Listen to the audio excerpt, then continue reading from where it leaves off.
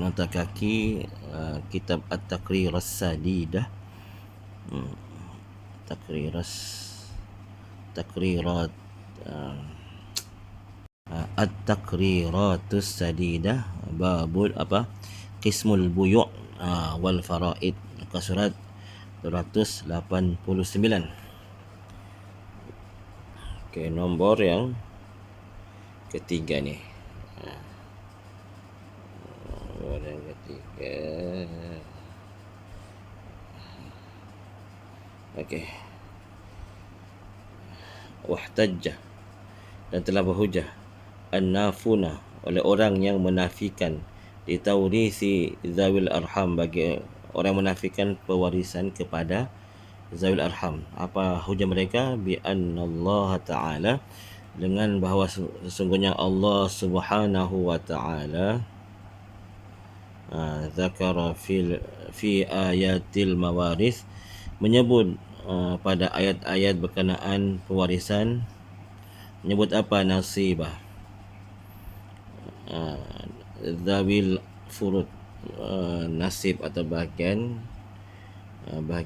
yang didapat oleh zawil furud, ahli-ahli fardu, wal asabati, dan ahli asabah. Walam yadhkur li zawil arham, sedangkan Allah SWT Jalla wa Azza tidak menyebut pun bahagian bagi zawil arham syai'an, sesuatu pun, tidak sebut apa pun sesuatu. Walau kana lahum, ini masih lagi hujah orang yang menafikan dalam kata jika mereka ni ada hak, ada bagi mereka hakun, ada hak lah, ada bahagian, la bayyanahu, tentulah Allah SWT akan menerangkannya. Wa ma kana rabbuka nasiyah, dan tidaklah Tuhanmu lupa. Wa bima, dan dengan apa?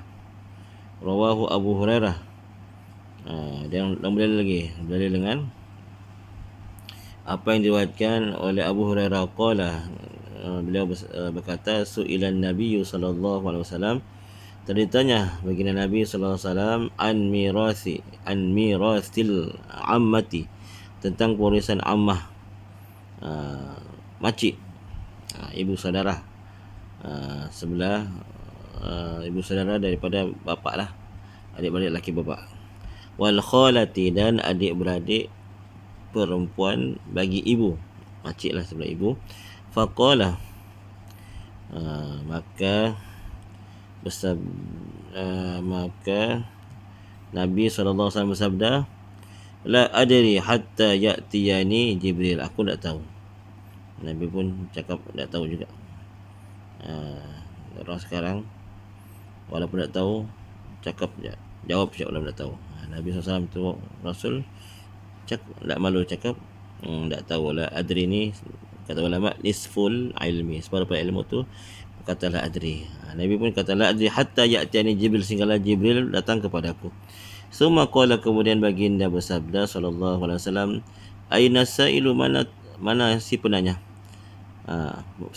di manakah si penanya, an mirasil ammati wal khalati, mengenai pewarisan kepada ammah dan khalah. Qala, maka berkatalah Abu Hurairah radhiyallahu anhu, fa'atar rajulu, maka datanglah lelaki itu, faqala sallallahu alaihi wasallam, maka sabda baginda sallallahu alaihi wasallam, sarani Jibril, telah membisikkan kepadaku oleh malaikat Jibril, annahu la syai'a lahuma, bahawa tiada sesuatu pun bagi keduanya, tidak ada apa-apalah bagian untuk ammah, makcik sebelah bapa dan makcik sebelah mamak.